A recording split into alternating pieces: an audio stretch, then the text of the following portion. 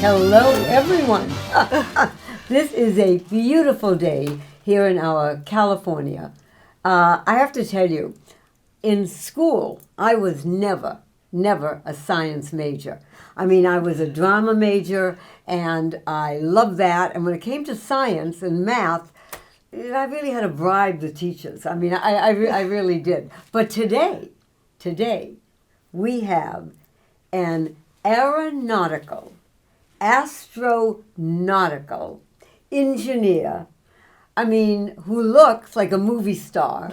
And I'm like, wait a minute, I always thought that scientists were like glasses and long bushy hair and beards. And look what I have here. I have the most lovely lady, Laura Pope. Thank you. I mean, just, you're adorable. And this is a scientist extraordinaire, an engineer. And where did it all begin? I mean, looking at you, I would have thought you would definitely be on stage or doing something, very glamorous. Maybe this is glamorous to you. I was always interested in school, and I ended up with a very good physics teacher in high school. Okay. And I find it always is, that one special teacher that just Yes. sparks your interest. Sure. And I ended up going to school, and I wanted to be a physics major actually when I started. Oh, really? Okay. But then I got there and I learned about engineering, where you got to actually take science and build things out of it. So I ended up being an engineer. Wow. Now, what school did you go to? I went to Stanford University undergraduate and University of Southern California for graduate But school. it's important to tell us and the audience how you got there, because you wanted to go to the academy. Yes. Right. I actually ended up going to the Reserve Officer Training Corps, ROTC, Oh, for the okay. Air Force. And they offered me a full ride scholarship to Stanford Wow, University, okay. which was a lot of money Yes. and a lot of savings And they for my always family. say when you go to school that we'll give you 4 years, you have to give us back 4 years. And But then you didn't do that. Right, because the Air Force kept giving me very interesting scientific jobs. Really? So, like what? so I've worked on and built space systems and satellites and rockets and lasers. Oh, my goodness. Yeah. And you ended up staying more than 4 years. I stayed 21 years. 21. She looks like she's 21. Something scientific is happening here, definitely. And when Good you chance. left the service, you were lieutenant colonel. I was a lieutenant colonel, and I actually stayed and became a consultant for the Air Force. I got out of the active Okay. duty, but I became a consultant, and that's what I'm doing today. I'm still consulting for the Air Force. Now, the name of the company is that you're doing is the I'm just trying to the Stellar- space. What is it? Stellar Solutions? Yes, Yeah. and that's where you are now. It's a small woman-owned company headquartered in Palo Alto, a California. woman-owned company. It is a woman-owned company. Really? Yeah, engineering company. Now, is she a scientist? She is. I see. Okay. Let me just ask And, you to go and her back a husband minute. is a scientist. He's Yeah, an electrical engineer. He's an electrical Right. engineer. Okay, let me just go back a minute. What is the difference for our audience? Because a lot may not know, being laymen in certain things. You say a physicist and a scientist. Give me the differentiation. So a scientist just is trying to learn about why things work the way they do in the universe. Okay. I And got it. applied science Right. means you're trying to take that information and figure out whether it can help you solve a problem. Okay. And then an engineer takes all that information that the scientists gather and builds things, builds machines, builds rockets, builds things with it. Get it. Now you have a family. I do. And how old are you? I think you have 2 little girls. I do. They're not that little anymore. They're teenagers. Okay. And how old are they now? I have a 13-year-old and a 16-year-old. I always say the 13 is like 23 and the 16 is like 44 or whatever. Yeah, they're amazing. Now, how are they at school? They're great. They both get A's, and my oldest daughter, the 16-year-old, Natalia, she actually would like to be an engineer when she grows up. That's wonderful. Okay. So I'm going to ask you a question. What I got from reading, there's 2 things. One is a STEM, STEM, and the other is a STEAM, okay? And the STEM is science, technology, engineering, and math. Now, STEAM is science, technology, engineering, art, and math. Love that art put in there. What is all that about? So when you want to teach children about some kind of a technical, potentially a technical career, Okay. then you want them to be exposed. And children are natural little scientists, right? Yes, they are. Have you ever seen a child that keeps asking why? Well, why? Oh, yeah. Well, why? Why are we Drives here? parents crazy, right? But that's their natural curiosity, right? Why does it work that way? Why is the sky blue? You know, they ask a lot of questions. And so if you take that and you encourage it so that they start to try to understand science, which is really just why do things work the way they do in the world. So STEM concentrates more on the technical aspects of it. And STEAM throws that flair of creative art in, and you can actually create art using science. Okay, like an example. So a technical thing would be, say, gears. You know how gears, they mesh together. Like this. Yeah, they mesh Okay. together and they turn. Right. And when one gear turns, it turns the other gear that's touching it. Right. Well, there's actually a toy that takes that principle, a technical principle, which is the gears, and it turns it into art. Have you ever heard of, say, a spirograph? Oh, sure. Well, Okay. those are gears. I And am you have- learning so much today. Put a hole in the gear and you stick a pen in it and you can make beautiful Oh. art, right? Now, there was a graph, and I think they're going to show that in a minute. And you have it there. The graph shows, because normally you think that boys tend more to go to the scientific part of education. Right. And your graph shows the differentiation between the boys and the girls. Right. Tell our audience about that. So it turns out that in middle school and in high school, the teachers usually have some training in how to teach technical subjects. Okay. But in elementary school, They don't. a lot of times they're generalists or their major was just Right. in education. So they're not as comfortable teaching science because they themselves have never really done it or been taught how to teach science. And so it turns out by about fourth grade, if they haven't been exposed to science by fourth grade, about a third of them already think it's too hard or they're not interested in it. Interesting. Okay. And by Okay. eighth grade, about half of the kids have decided That's not for me. not for me, or it's too hard for me. Okay. So one of the things I like to do is them encourage early. kids that are early, right, in kindergarten. Right. The problem is kindergarten through, say, 5th or 6th grade, elementary school. But they don't have a curriculum for it. Even today? Even today in many school Really? districts, they don't teach science except sometimes out of a book. They just read about it. Okay. But I would have thought because of where we are technologically in this era of ours, I mean, everything. I mean, you see little kids running around holding, you know, the little boards there. I mean, their laptops. Tablets and Yeah, the tablets. And I mean, hello. Even I have a 2-year-old great-granddaughter. I mean, she doesn't know what she's doing, but she has the little iPhone. And she's running around following her 4-year-old sister. Yeah.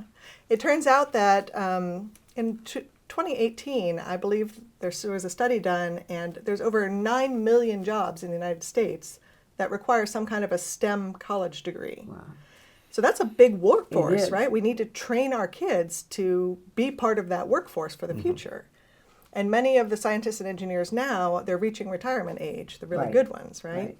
So we need to replace them. So we need to get kids involved and interested. So, but doesn't it also start with the school system teaching, making the teacher who is studying to be a teacher, taking courses in this so that she can then teach a kindergarten and all that? And there are programs to help teachers take some courses to do that, but it takes money. Yes, it does. Yeah. And as you know, California doesn't have a big surplus of money, right, to spend on our schools. And so That's a problem. many times it's catch as catch can, whether the teachers are able to. How many schools in California today, Laura, are beginning kindergarten, first grade teaching of what you're talking about? Almost none. Wow. Yeah. Wow. So I don't know if you are interested in how I got into teaching Yes, I science. am. Yeah. So This is all about you. Oh. We are interested in you. my oldest daughter, Yes. she was in third grade, and I happened to ask her. We were driving somewhere in the car, you know. I said, "Well, what's your favorite subject?" And she said, "Well, you know, English or you know, lunch or recess or whatever." And she basically said anything but science. Oh. And I said, "Oh, okay, whoa, Whoa, whoa, whoa. wait a minute." This is my family, my daughter. I okay. said, "Why don't you like science?" And she said, "It's boring. We just read about it in a book. Interesting. They never let the kids Do anything. do anything." So I called the teacher and I said, "Hey, can I donate some materials and bring in an experiment and do an experiment, a hands-on experiment with the class?" And how old was she at that time? Third grade, so 8, I think that's Yeah. 8. So the teacher said, "Sure." So Yeah. she let me come in and volunteer, and we did a series of experiments, and the kids loved it. The problem for me was they went out on the playground and told their other friends that they got to do this science experiments in class, and I got a call from the principal. Uh-oh. And the principal said, "Oh, you can't just do that for one classroom. If you're going to do it, you have to do it for the whole grade level." So that turned Into an opening. from a for- 30 kid problem to a 100 kid problem. Right, And I right. was donating all the materials and taking time off of work to go and do this. So it became more intensive for me. And I said, "Well, I'm willing to donate my time to come and bring these experiments for the kids to do, but I need somebody to help me with the cost of the materials."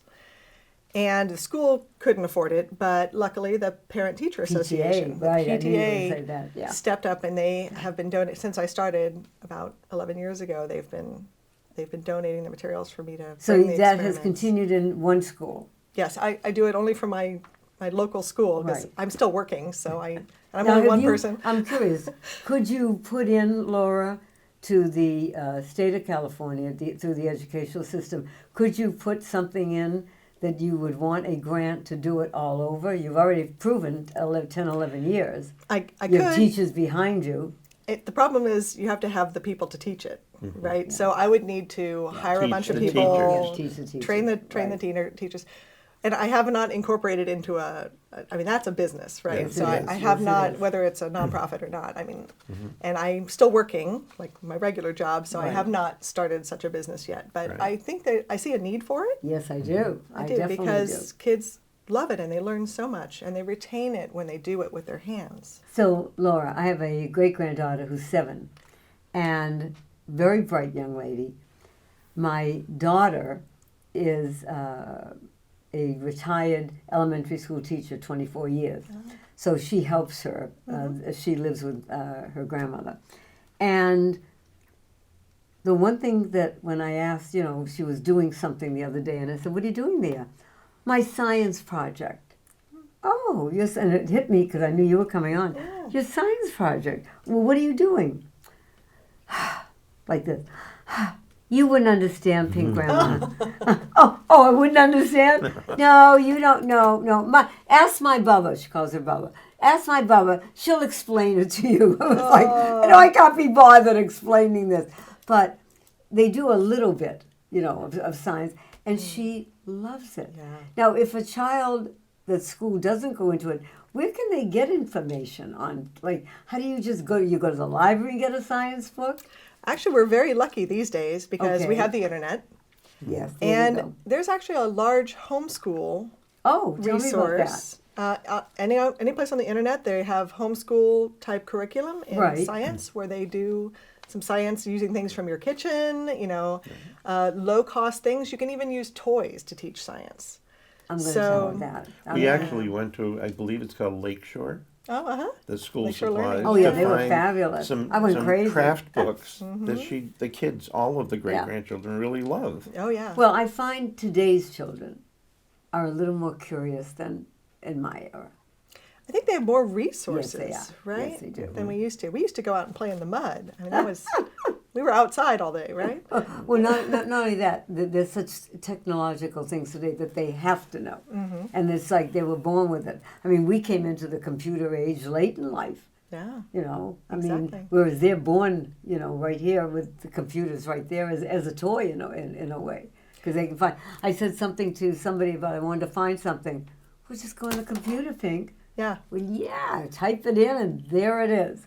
So, what have we got here? Oh, I thought that you, since you said you were not a science major No, I'm in not. school, Definitely I thought not. I would show you that you actually are a very good scientist. Oh, You just okay. didn't know it. I did. Okay. So I thought we'd start with a tray of objects here. Okay. I'll put that in front of you. So, what have we got here? I'm like excited. So I'm going to have you do an experiment with a magnet. Oh, Okay. okay. And I want you to just take a magnet, regular household magnet, Here we go. And I'm I a want magnet, you to- everyone. I want you to just run it over various objects. We have just everyday objects on this tray and see a little closer. Actually, use this end right here. Oh. Okay. Okay, well, we know that, let's see. Oh, keep picking them up. See how many you can get up. Oh, Now lift up a little bit. look at that. Wow. Okay. Okay, now try some other objects. See So what those else? are paper clips. The eraser. Okay. Not working for the eraser? What about the aluminum foil there? Not this Okay. one. Oh, Okay. I got a penny. Or yeah, no, a penny. Is okay. it a U.S. penny though? Who can read this? Ah, what does this say? Ah, what did I get there? I don't know. It's not a U.S. penny. It's a British penny. Oh, British. It's a pence. UK. This is a U.S. penny. Oh, okay. Try a U.S. penny here. Okay. Oh no, we got something else. What is this one? That's a little plastic disc, but what's it got on the edge there? You got a metal A trim. metal shrimp. Yeah. Ah, okay. Okay. Okay. And wait a minute. So it won't pick up plastic, but it will pick up metal. Yeah. Okay. Oh, she's Oh, picking up my other lo- things now. Ah, look at this. A giant bolt and a nail. Oh my Okay, goodness. okay. Okay. We'll try the copper plumbing fixture there. Try, Okay, so magnets will not pick up try copper. the U.S. penny. It's not working on the You- penny, is it? No. No. What about a nickel? Try a nickel. Okay, 1 second. 1 minute. Got that one.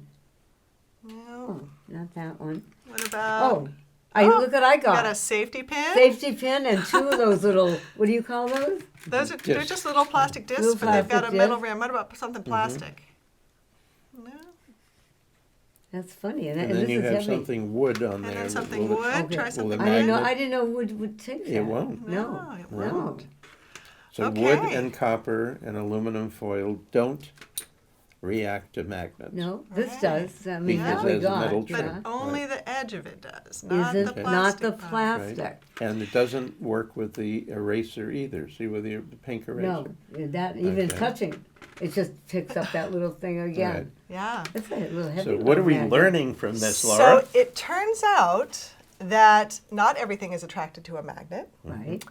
and It's like in life and romance. Not Exactly. everybody's attracted to the same person. I get it. only iron, nickel, and cobalt Oh. are attracted to magnets. And then there are some other rare metals like neodymium, which is a rare You earth. don't find that every day. Yeah. Oh, okay. I get So it. iron, nickel, Nickel. and cobalt. Okay. So that's why other metals, like this is a metal, copper, Right.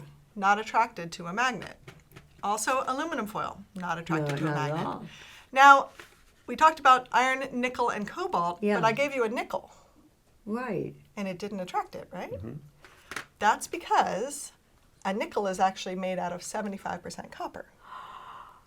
Did not know And that. United States money is actually made specifically to not react to magnets because we don't want somebody with a magnet to be able to just, swipe by and pick up all our I coins. get it. Oh, that's funny. But the Did you know that? British, Yes. I did not know but the that. British penny Right. is because the British penny is made out of steel, which is made from iron ore, made from iron. Now, So I other no- countries- I noticed something fascinating.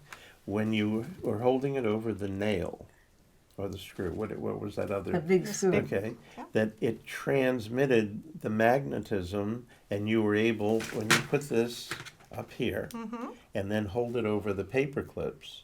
Take that and hold it over the paper clips. It was actually picking, going right through. That's right. Wow, look at this, everyone. So a lot of the metals that are attracted to magnets can actually be magnetized, be That's turned wicked. into magnets with a strong enough magnet.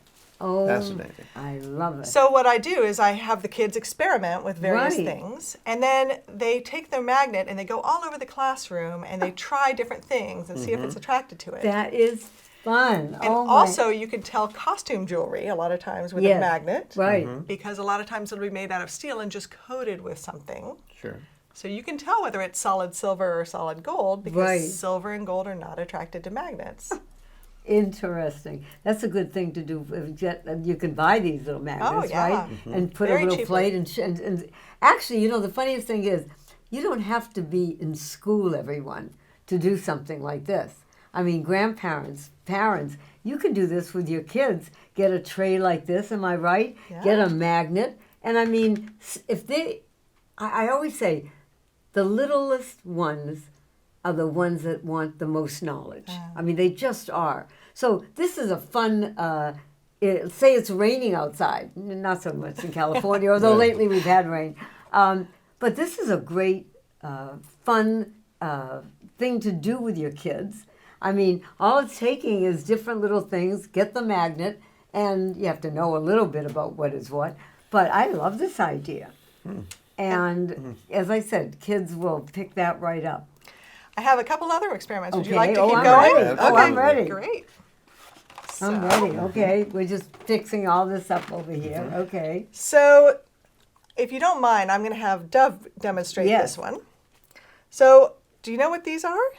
Have you ever seen anything like this? What does it look like to you? Looks like a round iron to me. What is? It's actually, you can touch it. It's made out of rubber. You see that? Oh, earmuffs. You know, Close. These are what is commonly called suction cups. yes, yes.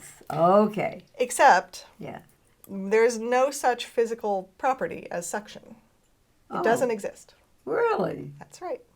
So I have two suction cups, and we're going to put them together. So Dove, if you wouldn't mind holding one of them, we're going to put them together and push it together. Okay. Now we're going to try and pull them apart. Okay. Yeah. Ready? All right, go ahead. Yeah. Super easy, right? Yeah. Why do you think that is? No problem, right? Okay. Just No- together, apart, no problem, Nothing. right? Yeah. Nothing.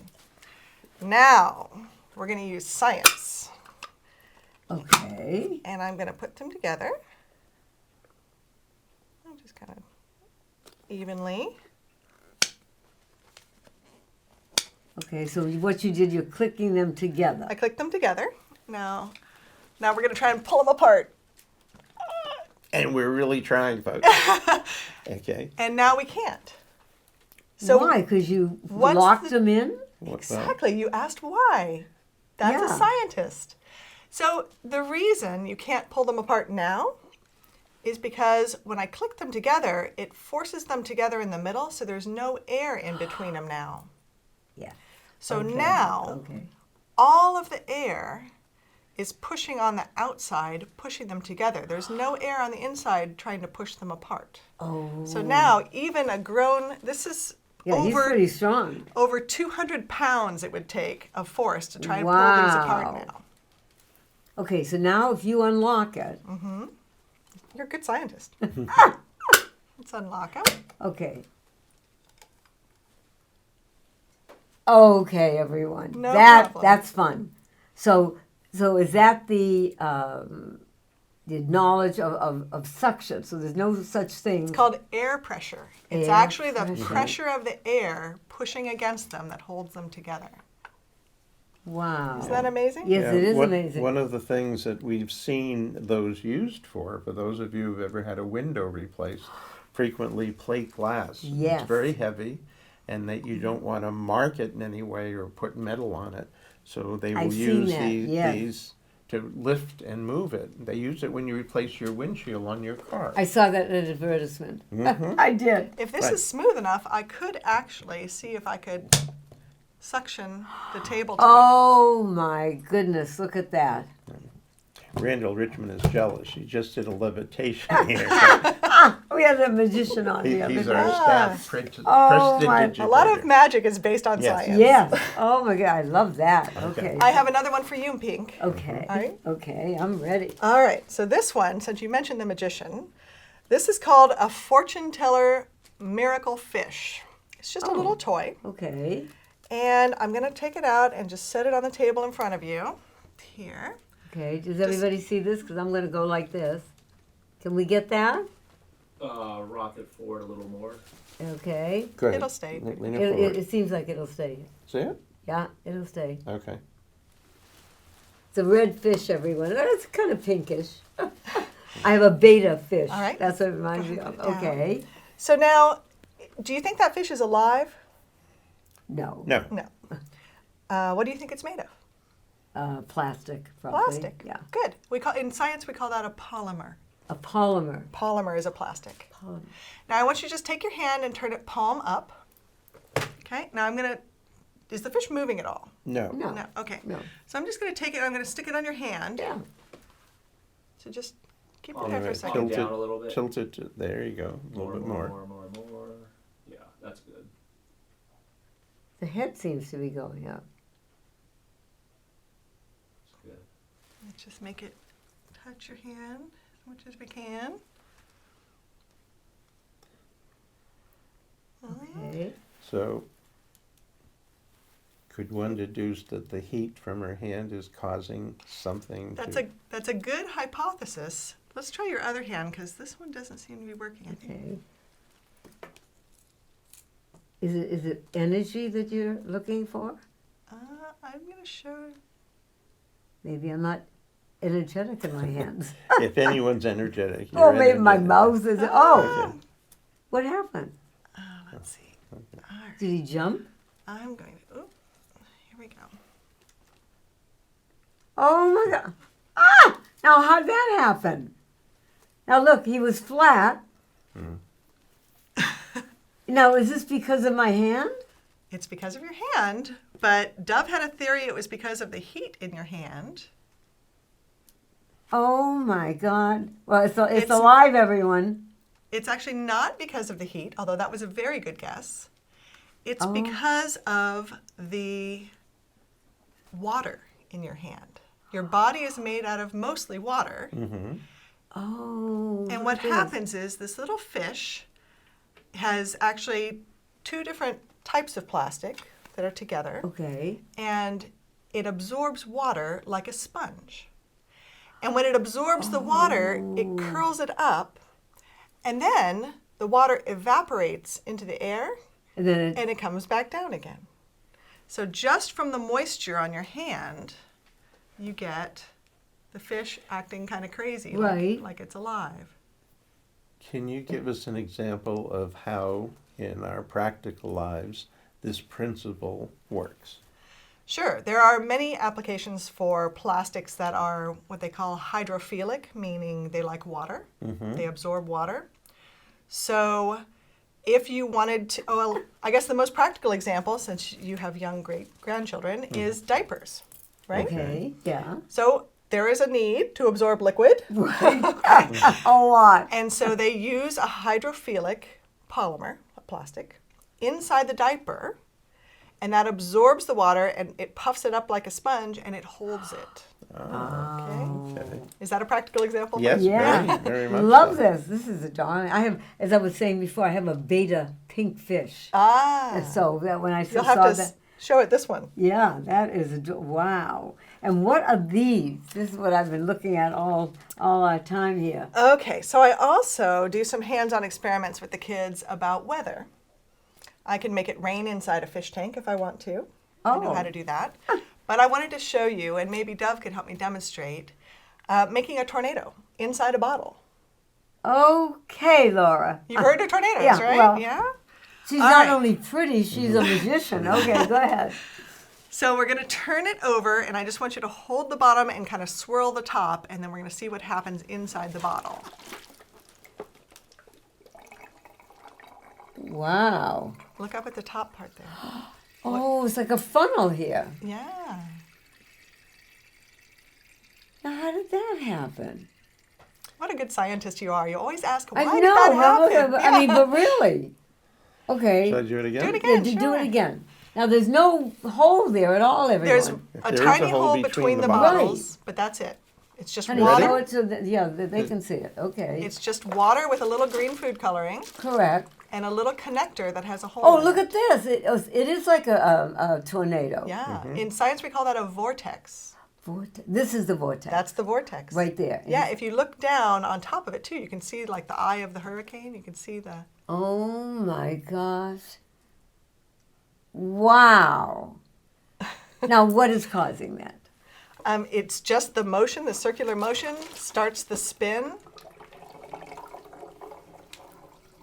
And it creates Just so that you know, I vortex in wasn't the doing water. anything to make that happen. Yeah. That's Look at that. science. Actually, it's very pretty too. Look at this. Actually, there's almost like a hole, everyone, right there. In the top. In the yeah. top there. Yeah, just like a Oh regular my tornado. God. And this is now, and so it's actually because of the, what, the two things? I'll that- show you, yeah. So this is just 2 soda bottles. Right. Right? This is just water, but it's got a Okay. little green food coloring in it so you can Right. see it. And then this is just, oh, I'm so sorry. It's just a little plastic piece with a little hole in the center. Look here and here. It's just a hole. Oh, okay. And it's all the movement of the liquid that makes it work. Goes into it like that. Goes into it and it causes like a it to tornado. spin down, yeah. I mean, you can do this at home. This is Okay. fabulous. So the obvious question for me Uh-huh. is, I activated it by motion. Exactly. But in everyday life, in our weather system, what Mm-hmm. causes that to happen? So remember I told you that, air all around you here? Yes. Yeah. When air moves from one place to another, we call it wind, Right. right? Well, the Earth is also turning, right? Rotating, Okay. which it also creates wind, okay?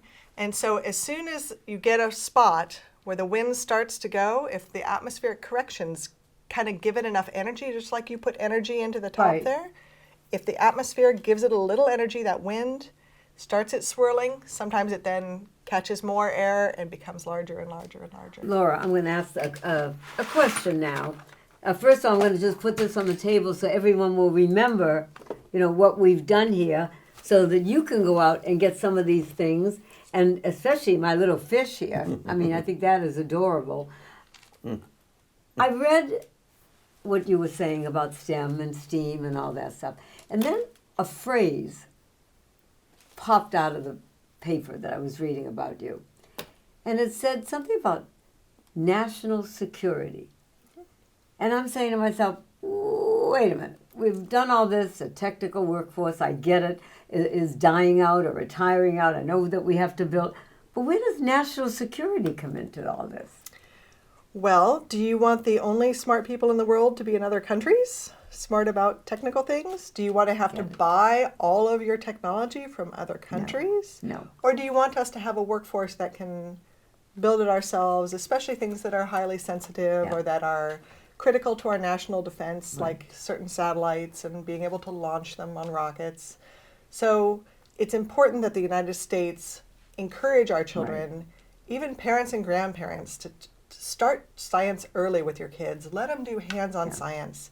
There are many things that are a little messy, but not out of bounds Right. of just doing them in your kitchen. I think right? that's what we're lacking in this country right now. Yeah. I just do, because I don't see them doing things like this in all the schools, like you're saying, and I think that they should.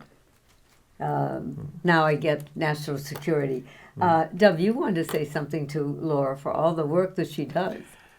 Actually, I wanted to tell our viewing audience how we met. Okay, how did you meet? Because Laura is one of the very few people who was chosen to interview candidates for the academies, the Air Force Academy, the Naval Naval, Academy, yeah. Army, and Merchant Marine. Does Coast Guard have an academy? I don't think so. I think they go to the Naval Academy. Yeah. Anyway, and last year I was up in Northern California, and I got a call from our congressman from his office saying, we need somebody to come in and interview some of these wonderful young people that are high school students applying to the academies. And we need somebody tomorrow morning. So can you do it? And well, I was about 8 hours away. And I said, you know what, if I get in my car right now and drive down, I'll be there. And I got there. I walked in, and they said, we can't believe you drove down. I said, well, wait a minute. I've not done this before. Well, we're going to give you one of our best interviewers. Her name is Laura Pope. And you and she, normally there's a team of 3, but the 2 of you are going to interview 10 candidates. Wow. And then at the end of the day, we got together with the other interviewers, and we determined who was going to be nominated for which academy, and first place, second place, and all of that. So because of the work that you do to help our future with the academies, and because of what you've done with science, you're obviously a brilliant woman. Yes. And you know, when I heard the story originally that they gave you a 4-year scholarship to Stanford, and then they said, we just have to give us back 4 years, and 21 years later, she was still devoted to our country's service. On behalf of the Los Angeles National Cemetery Foundation, which most of our viewers know I'm the president of the board of directors this year and next year, we have started something new, first time in over 100 years, when we've issued a presentation coin. In the military, you know, they're called challenge coins. But we've changed the name because it's not really for who's going to buy the drinks at the bar. It's going to be for people who have done so much for our country and continue to do it. So on behalf of our board of directors and our director, Tom Ruck, please accept this as a token of our appreciation for who you are and what you do. Thank you. It's beautiful. Yeah. Thank you. That's very special. Well, you are very special. If you have something that you would like to say to the mothers, the grandparents, the great-grandparents out there, and teachers, what would you say to them about the work that you do, but the work that has to be done? I'd say everybody can contribute. Yes. And especially for STEM subjects, for science, it's never too early to start doing science and introducing kids to science. Science is not, was this fun? Oh, yes. Okay, science can be fun. Was it interesting? Yes. Did it teach you something? Oh, yes. Do you think you're going to remember it? Yes. I'm just saying that. So science is not boring. It's not too hard. It's not too hard for girls. It's not too hard for kids. So anybody can do it, and anybody can have fun with it. Well, Laura Pope, you certainly make it fun. I do know how much time, how much knowledge, how much studying that you've done to get to the point where you are. And to me, as a woman here, today, girls can do whatever you want to do out there. You just can. There is no, well, he's a boy, so he's stronger. Or I'm a girl, and I don't do things like that. You know what? That's not today. Today it's, I am a person, and I can do that if I want to do that. It's as simple as that. We're Totally not agree. individual, a female, male. Doesn't matter. You're a human being. And to get into science, if I had it to do over again, my biggest question in life is, why do we do this? Why do I have to do this? Why am I doing it? And I think that why question is the biggest and most fun if you make it fun. Laura Pope, God bless you. You've made our day today. Dove, you learned how to hold that thing and you couldn't move it. And he's a big guy. And I want to thank you because you made it Thank you very not much. only interesting, but fun, as I said. So everyone, we will see you. And remember, it ain't over. No matter what age you are or what stage in life that you are in, life is full of wonderful things to learn anytime, anywhere, any place. God bless you. Thank you. I'm gonna live till I die. I'm gonna laugh